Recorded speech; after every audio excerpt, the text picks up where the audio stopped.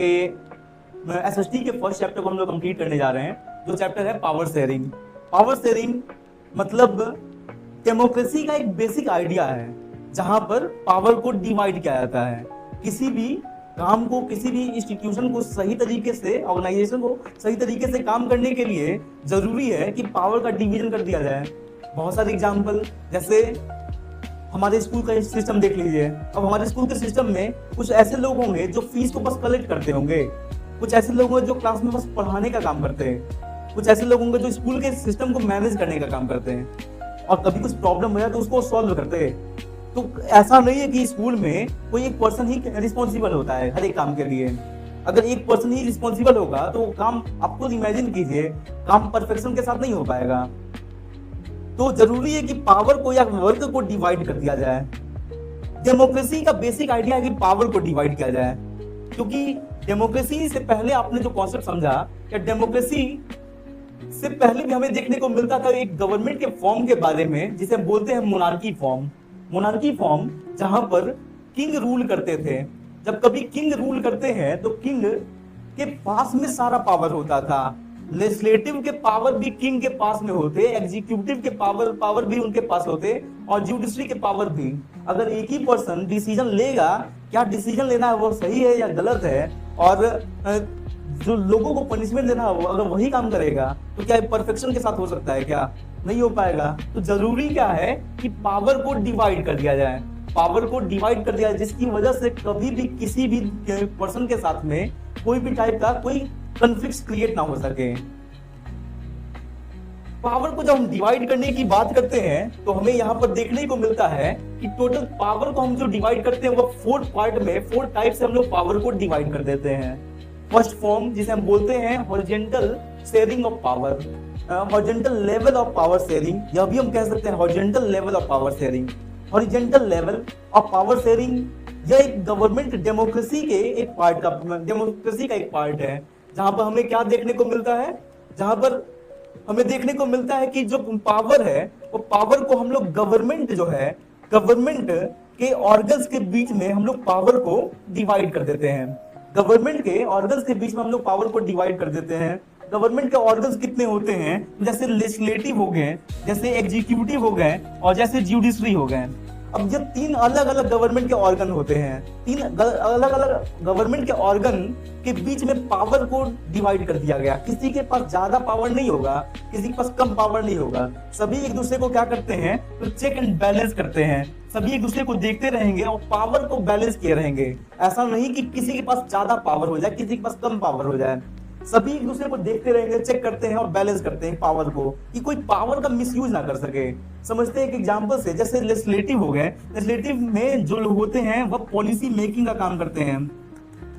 Policy making, जो नियम को बनाने वाले जो लोग होते हैं उन लोगों को पॉलिसी मेकर्स बोला जाता है। और जिस इंस्टीट्यूशन में पॉलिसी बनाया जाता है वहां पे हम उसको पॉलिसी मेकिंग बोल सकते हैं। जैसे पार्लियामेंट का यहाँ पे इन्वॉल्वमेंट होता है, पार्लियामेंट का यहाँ पर इन्वॉल्वमेंट होगा, या फिर स्टेट की जो असेंबली होती है उसका यहाँ पर इन्वॉल्वमेंट देखने को मिल जाता है। इसमें कौन लोग इंक्लूड होते हैं, तो जो हमारे एमपी हो गए, मेंबर ऑफ पार्लियामेंट बोलेंगे, या जो एमएलए हो गए, वो लोग इसमें इन्वॉल्व होते हैं। या लोग कुछ नियम बनाने वाले लोग हो गए। नियम बनाने के बाद में वो जो नियम बनाया गया हुआ है उसी नियम को इम्प्लीमेंट कराने वाले कुछ लोग होते हैं, जो एग्जीक्यूट कराते हैं। जो पॉलिसी बनाई गई हुई है उस पॉलिसी को कुछ ऐसे लोग होंगे जो एग्जीक्यूट कराएंगे। जो पॉलिसी को जो एग्जीक्यूट कराते हैं, जो नियम बनाया गया उसको लागू कराते हैं, उन लोगों को एग्जीक्यूटिव बोलते हैं। सेकंड नंबर ये executive, and third number judiciary. Judiciary ये काम क्या करते हैं, तो ये लोगों को रिव्यू देने का काम करते हैं।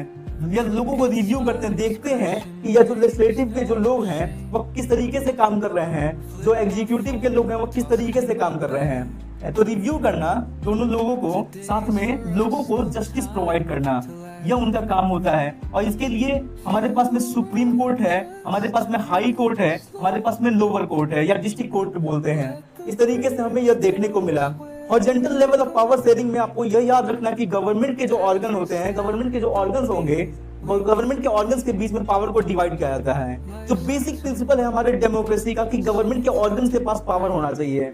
तो legislative, executive and judiciary. Second बात करते हैं वर्टिकल डिवीजन ऑफ पावर। जब वर्टिकल डिवीजन ऑफ पावर की बात करते हैं, मतलब आपको यहाँ पर एक पिक्चर याद रखना अपने दिमाग में।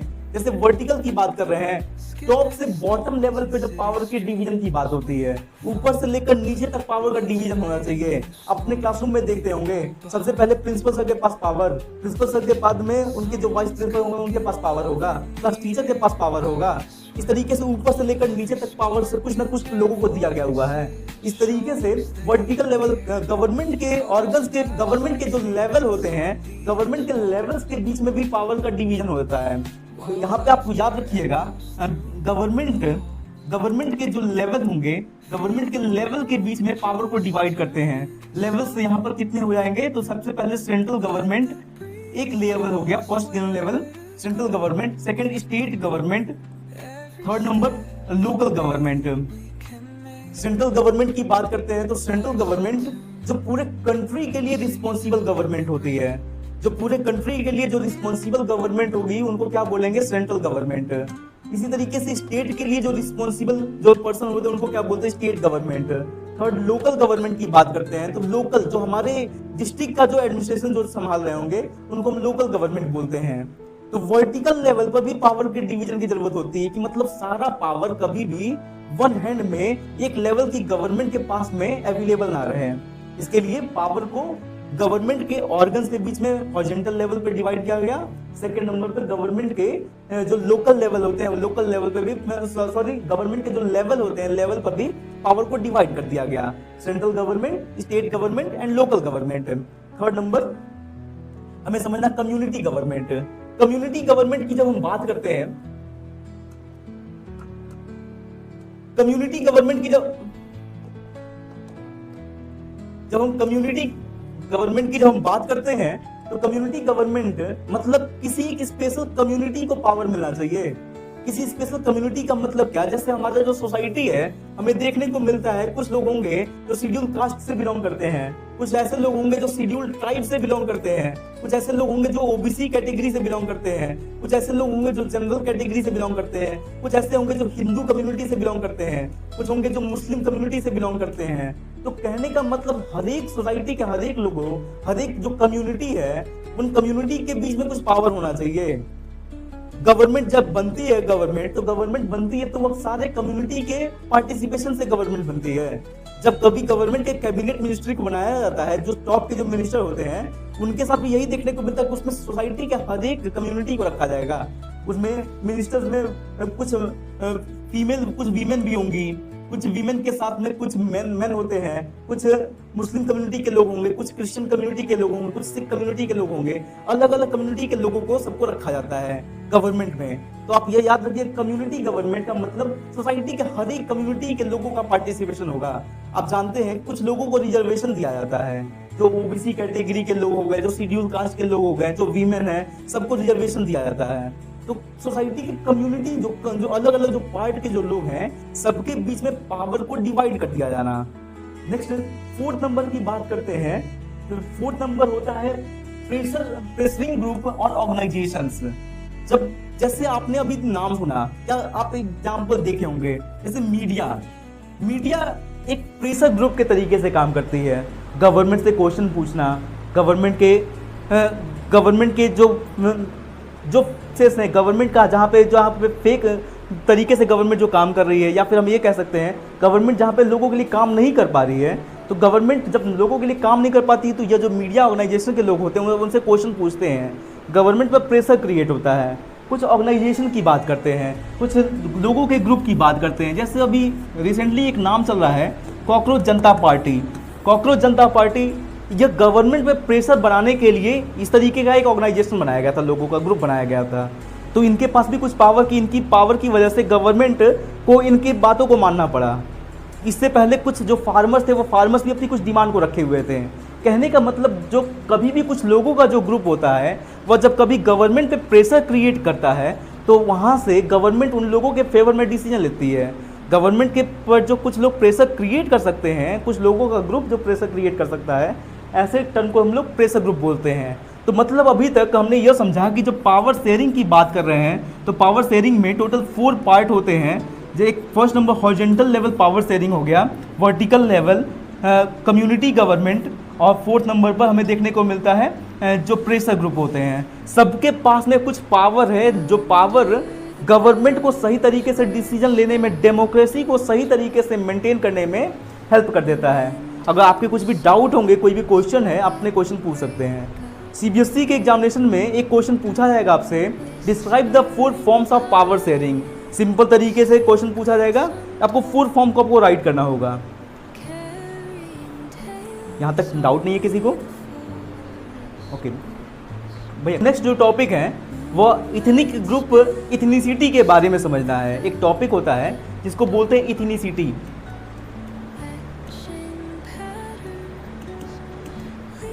इथनिसिटी बोलते हैं। इथनिसिटी का मतलब यह होगा कि एक ऐसा जगह जहाँ पर अलग अलग कल्चर वाले लोग होते हैं। अब कल्चर का मतलब क्या हो गया?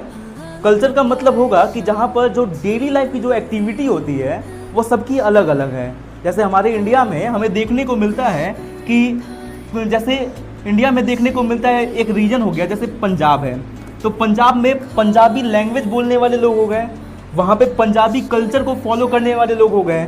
जैसे एक रीजन है वेस्ट बंगाल, तो वेस्ट बंगाल का कल्चर अलग हो गया, वहाँ के जो ड्रेसिंग सेंस होंगे, वहाँ का जो लैंग्वेज होगा वो अलग हो गया। ये सब डेली लाइफ के पार्ट हैं। इथनिसिटी का मतलब बस आप इतना ही याद रखिएगा, इथनिसिटी का मतलब होता है कि जहाँ पे जो डिफरेंट कल्चर वाले लोग रहते हैं, तो डिफरेंट कल्चर वाले जब लोग होंगे उसी को हम लोग क्या बोलते हैं? इथनिसिटी बोल देते हैं। जहाँ पे हमें डाइवर्सिटी देखने को मिलता है। डाइवर्सिटी का मतलब डिफरेंसेस होता है। डिफरेंसेस, तो हमें अभी यहाँ पर 2 टाइप के केस स्टडी को कंप्लीट करना है, 2 लोकेशन को समझना है। एक सबसे पहले हमको केस स्टडी कंप्लीट करना है जो है बेल्जियम का केस स्टडी। सेकंड हमें जो समझना है वो श्रीलंका का केस स्टडी समझना है। कौन से टॉपिक से रिलेटेड? इथनिसिटी से रिलेटेड, कि वहाँ पर अलग अलग कल्चर के लोग होते हैं। जहाँ पर अलग अलग कल्चर के लोग रहते हैं वहाँ पर पावर शेयरिंग का क्या रोल होगा। हम डेमोक्रेसी की वहाँ पे बात कर रहे हैं, जहाँ पे अगर अलग अलग कल्चर के लोग हैं, जैसे हमारे क्लासरूम में अलग अलग कास्ट के बच्चे होंगे, अलग अलग रिलीजन के बच्चे हो सकते हैं, अलग अलग प्लेस ऑफ बर्थ वाले बच्चे होंगे, अलग अलग इकोनॉमिकल स्टेटस वाले बच्चे, मतलब यहाँ पर डाइवर्सिटी है। फिर भी सारे बच्चे एक ही क्लास में बैठकर पढ़ रहे हैं, किसी को कभी दूसरे बच्चे से कोई प्रॉब्लम नहीं हो रहा है। ऐसे ही हमें समझना है कि बेल्जियम के केस स्टडी को समझना है, और हमें क्या समझना है? हमें श्रीलंका वाले केस स्टडी को समझना है। वहाँ पे हम पावर शेयरिंग के रोल को समझेंगे कि पावर शेयरिंग की ज़रूरत क्या पड़ती है, क्यों पड़ती है। डेमोक्रेसी में मैंने आपको क्या बोला? डेमोक्रेसी जहाँ पर होगा वहाँ पर हम लोग पावर को शेयर करते हैं। केस स्टडी जो हमें जो देखने को मिलता है, इथनिसिटी इन बेल्जियम। बेल्जियम में हमें एक केस स्टडी देखने को मिलता है। जैसे अगर आप बेल्जियम का कंडीशन देखेंगे तो हमें यहाँ पर देखने को मिलेगा, जैसे यह 2 रीजन है। एक रीजन जहाँ पे हम ये कह सकते हैं कि यह वाला जो पार्ट है इसको हम बोलेंगे वेलोनिया रीजन।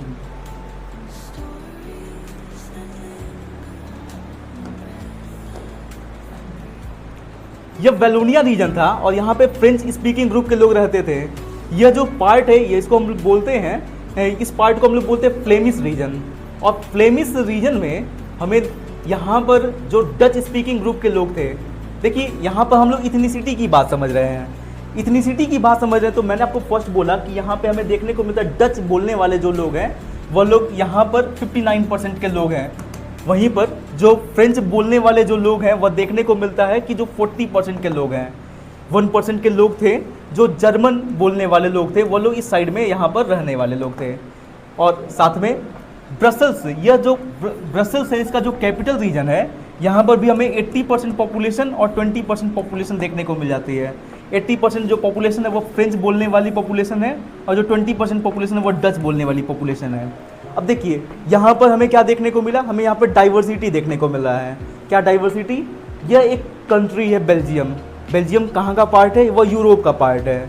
यूरोप में हमें क्या देखने को मिला? एक कंट्री है, वह कंट्री टोटल 2 पार्ट में डिवाइडेड है।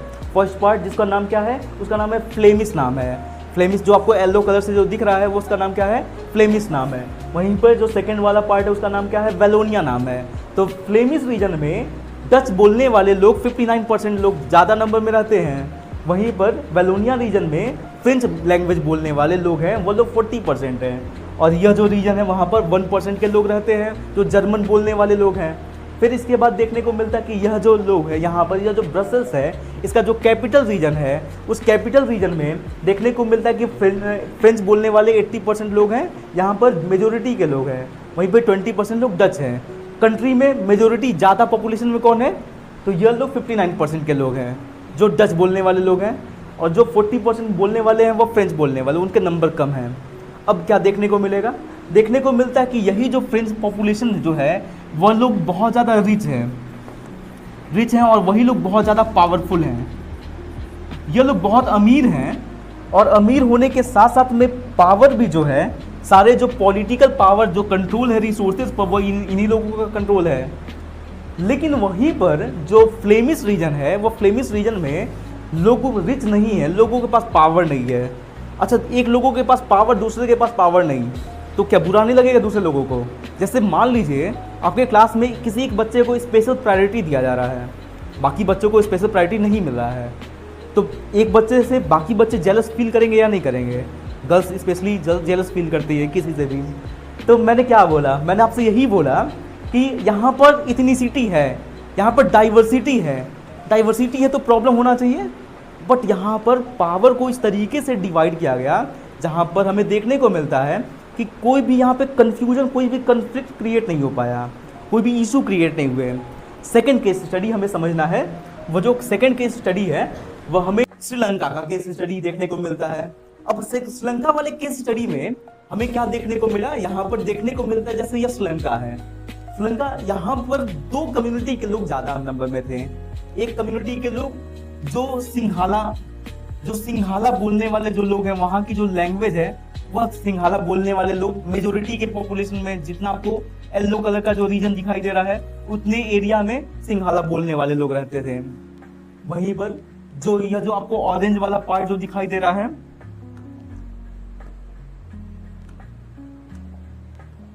जो ये वाला जो पार्ट दिखाई दे रहा है, यहाँ पर तमिल बोलने वाले लोग रहते थे। तमिल बोलने वाले लोग, एक तरफ में सिंघाला बोलने वाले लोग हैं जो ज्यादा नंबर में हैं, वहीं पे तमिल बोलने वाले जो लोग हैं वो लोग नंबर में कम थे, वो लोग माइनॉरिटी टाइप के लोग थे। यहाँ पर क्या हुआ, यहाँ पर देखने को मिलता है कि ये जो सिंघाला कम्युनिटी के जो लोग हैं, यह लोग ही पावर में आ जाते हैं। अब सिंघाला कम्युनिटी के लोग पावर में आ गए तो इन्होंने क्या कर दिया, इनका जो लैंग्वेज था, जो सिंघाला लैंग्वेज है, इसको ये लोग प्रायोरिटी देने लगे। फर्स्ट नंबर सिंघाला लैंग्वेज को इन लोगों ने प्रायोरिटी देना स्टार्ट कर दिया। प्रायोरिटी कहां पर, तो गवर्नमेंट के एजुकेशन सेक्टर में, एजुकेशन के लिए, जॉब के लिए जो सिंघाला बोलता होगा उसको ज्यादा से ज्यादा फायदा मिल जाएगा, लेकिन जो तमिल बोलता होगा उसको कोई भी फायदा नहीं मिलेगा। First number. सेकंड नंबर, ये सिंघाला बोलने वाले जो लोग थे, इनका जो रिलीजन था वो बुद्धिस्ट रिलीजन को ये लोग फॉलो करते थे, या जो बुद्धिस्ट जो लिखा हुआ है वो बुद्धिस्ट रिलीजन को ये लोग फॉलो करते थे। अब बुद्धिस्ट रिलीजन को भी गवर्नमेंट प्रमोट करने लगती है कि जो बुद्धिस्ट रिलीजन को फॉलो करेंगे उनको एजुकेशन में, जॉब में प्रायोरिटी मिल जाएगी। तो मतलब टोटल कंक्लूजन क्या कहा जाए कि श्रीलंका में देखने को मिला कि श्रीलंका में जो सिंघाला कम्युनिटी के लोग हैं, जो लोग पावर में आए, उनको तो फायदा मिल रहा है, उस कम्युनिटी को फायदा मिल रहा है, लेकिन दूसरे कम्युनिटी के लोगों को फायदा नहीं मिल पा रहा है। तो यहाँ पर भी टेंशन हो रहा था, वहां पर भी रिसोर्सेज को लेकर प्रॉब्लम था, बट वहां पे गवर्नमेंट ने उसको मैनेज कर लेती है, उन्होंने पावर को इक्वली डिवाइड कर दिया। लेकिन यहाँ पर पावर को उन्होंने डिवाइड नहीं किया। क्या होता है यहाँ पर देखने को मिलता है कि जो तमिल कम्युनिटी के जो लोग थे, वो तमिल कम्युनिटी के लोग जब समझते हैं कि गवर्नमेंट उनकी बातों को नहीं सुन रही है, तो वो तमिल कम्युनिटी के लोग क्या करते हैं, डिमांड करते हैं अलग सेपरेट स्टेट का डिमांड वो लोग कर देते हैं। एलम करके लिखा हुआ है, सेपरेट एलम करके वहां पे लिखा हुआ है एनसीईआरटी में। मतलब क्या है कि वो अलग स्टेट के डिमांड कर देते हैं कि हमारा यहाँ पर फायदा नहीं हो पा रहा है, हमें कोई भी अपॉर्चुनिटी नहीं मिल रही है, तो हमें एक नया देश बना के दे दिया जाए। नया देश बनाने की जब ये डिमांड करते हैं किनसे, यही सिंघाला कम्युनिटी के लोगों से, क्योंकि गवर्नमेंट में तो यही लोग थे। तो इन लोगों ने उनकी डिमांड को डिनाई कर दिया। जब उन लोगों ने इनकी डिमांड को जब डिनाई कर दिया था, मना कर दिया, तो मना कर देने के बाद में क्या होता है, मना कर देने के बाद में कंट्री में सिविल वॉर जैसा कंडीशन हो गया। कंट्री में सिविल वॉर जैसा कंडीशन हो गया। कंट्री में सिविल वॉर जैसा कंडीशन हो गया था। सिविल वॉर का मतलब कंट्री में आपस में ही ये कम्युनिटी आपस में फाइट में इन्वॉल्व हो गए। आपस में लोग बहुत ज्यादा वॉयलेंस कर रहे हैं, कहीं पे कोई आग लगा दे रहा है, कोई किसी की बिल्डिंग को डैमेज कर दे रहा है। इस तरीके से बहुत ज्यादा नुकसान होता जा रहा था, बहुत सारे लोगों को नुकसान हो गया। अगर ऐसा एक्टिविटी नहीं हुआ होता तो देश का पैसा देश के डेवलपमेंट पे लगता, लोगों का फायदा हो पाता, लेकिन यहाँ पर सिविल वॉर जैसा कंडीशन हो गया था। कल हम इम्प्लीमेंट के स्टेप को समझेंगे कि वहां पे जो बेल्जियम की जो गवर्नमेंट है उन्होंने कितने स्टेप को उन्होंने क्या क्या फॉलो किया था, जिसकी वजह से वहां पर पावर सही तरीके से डिवाइड कर दिया गया। वहां पे कभी भी कोई सिविल वॉर जैसा कंडीशन नहीं हुआ। बात यहां तक समझ में आ गई? किसी को कुछ डाउट है? ठीक है, तो हम लोगों ने अभी तक कंप्लीट किया बेल्जियम में इथनिसिटी क्या था। आपको बताया बेल्जियम में देखने को मिला कि डच बोलने वाले जो लोग हैं वह ज़्यादा हैं, वहीं फ्रेंच बोलने वाले जो लोग थे वह कम थे। तो डाइवर्सिटी तो था, वहाँ पर डाइवर्सिटी था, फिर भी वहाँ की गवर्नमेंट ने ऐसे कुछ स्टेप लिए जिसकी वजह से वहाँ देखने को मिलता है कि कभी भी कोई भी सिविल वॉर जैसा श्रीलंका में केस देखने को मिला सिविल वॉर के, वैसा हमें बेल्जियम में देखने को नहीं मिलता है। तो बेल्जियम की गवर्नमेंट ने कुछ सॉल्यूशन वाले स्टेप उन्होंने फॉलो किया था। सॉल्यूशन वाले स्टेप उन्होंने क्या क्या फॉलो किया? सबसे पहले उनके सॉल्यूशन ये थे कि equal representation in central government, मतलब कंट्री है तो कंट्री के लिए जो पार्लियामेंट है, पार्लियामेंट में डच बोलने वाले जो लोग होंगे और जो फ्रेंच बोलने वाले जो लोग होंगे दोनों इक्वल होंगे। ऐसा नहीं कि कंट्री में पॉपुलेशन के साइज, पॉपुलेशन को लेकर के जो वेरिएशन देखने को मिलता है वैसा ही सेम वेरिएशन हम लोगों को पार्लियामेंट में देखने को मिले। इसके लिए उन लोगों ने पार्लियामेंट में इक्वल रिप्रेजेंटेशन को रखा। सेकेंड नंबर पे power sharing with the state government, जो बहुत सारे जो पावर थे सेंट्रल गवर्नमेंट के पास में, बहुत सारे जो पावर थे वो सब पावर को जो स्टेट गवर्नमेंट है वो स्टेट गवर्नमेंट को पावर दे दिया गया। आप एक ऐसे एग्जाम्पल से समझ सकते हैं, जैसे आपके घर में बड़े भाई हैं, अब उनको अपनी खुद की आज़ादी है कि अपने पढ़ाई के लिए, बाहर रहने के लिए वो कैसे खर्च कर सकते हैं, तो उनके पास अपनी खुद की आज़ादी हो गई। इसी तरीके से जैसे कंट्री है तो कंट्री में जो स्टेट है, स्टेट के पास में भी खुद का अधिकार होगा, उसको किसी भी बात के लिए सेंट्रल गवर्नमेंट से परमिशन नहीं लेना होगा। तो पावर को स्टेट गवर्नमेंट को ट्रांसफ़र कर दिया गया। थर्ड नंबर पर ब्रसल्स में स्पेशल अरेंजमेंट किया गया। मैंने आपको बताया कि ब्रसल्स में भी देखने को मिलता था 80% पॉपुलेशन एंड 20% पॉपुलेशन। जो 80% पॉपुलेशन के जो लोग थे वह फ्रेंच बोलने वाले लोग थे, वहीं 20% के जो लोग थे वह डच बोलने वाले लोग थे। तो इन लोगों ने भी इक्वल अरेंजमेंट रखा अपने ब्रसल्स के लिए, क्योंकि कंट्री में भी इसी तरीके से इक्वल पार्टिसिपेशन हुआ। तो देखने को मिलता है कि ब्रसल्स जो कैपिटल रीजन था वहाँ पर भी इक्वल पार्टिसिपेशन रखा गया। कम्युनिटी गवर्नमेंट, कोई एक गवर्नमेंट जो कभी कल्चर के लिए कभी कुछ डिसीजन लेना है, वहाँ पे अलग अलग कल्चर वाले लोग थे। कुछ जो लैंग्वेज की जब बात होगी, कभी कौन सी लैंग्वेज में कौन सी पढ़ाई होगी, यह सब जब कल्चर के जब भी कभी कोई डिसीजन लेने होंगे तो डिसीजन लेने के लिए एक स्पेशल टाइप की गवर्नमेंट का फॉर्मेशन कर दिया गया, जिसे बोलते हैं कम्युनिटी गवर्नमेंट। अब इसके बाद हम लोग को जो टॉपिक कंप्लीट करना है वो टॉपिक है last topic, why power sharing is desirable. जब पावर शेयरिंग डिजायरेबल की हम बात करते हैं कि पावर शेयरिंग क्यों होना चाहिए, तो इसके पीछे हमारे पास में डेमोक्रेसी में टोटल 2 रीजन होते हैं। टोटल 2 रीजन के बेसिस पे हम ये कह सकते हैं कि पावर को डिवाइड करना चाहिए। फर्स्ट नंबर जिसकी बात करते हैं, जिसको बोलते हैं प्रूडेंशियल रीजन। जब प्रूडेंशियल रीजन की बात होती है तो प्रूडेंशियल रीजन मतलब जो समझदारी वाले तरीके से जो फैसला लिया गया, जो समझदारी वाले तरीके से जो फैसला लिया जाता है उसको बोलते हैं प्रूडेंशियल रीजन।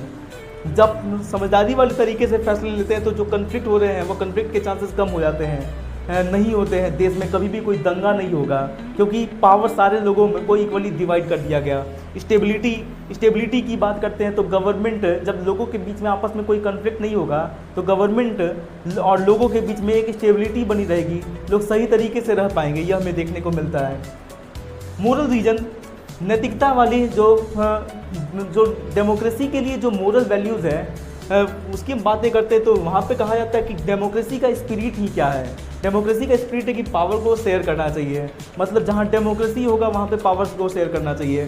और जहाँ पर देखने को मिलता है कि लेजिटिमेट गवर्नमेंट होगी, मतलब ऐसा कह सकते हैं कि गवर्नमेंट ऐसी जो उसको बनाने में देश के हर एक लोग समझे कि उसकी का भी कोई इन्वॉल्वमेंट रहा है। जब अगर उसका भी कोई अगर इन्वॉल्वमेंट रहेगा देश के हर एक लोगों का तो वह एक लेजिटिमेट गवर्नमेंट हो जाती है। तो डेमोक्रेसी में पावर को जब शेयर करते हैं तो देखने को मिलता है कि पावर इस तरीके से कि डेमोक्रेसी ही बोलता है कि पावर को शेयर करना चाहिए, और एक पावर को इस तरीके से शेयर करना चाहिए लोगों के पास भी कुछ पावर जा सके। Thank you.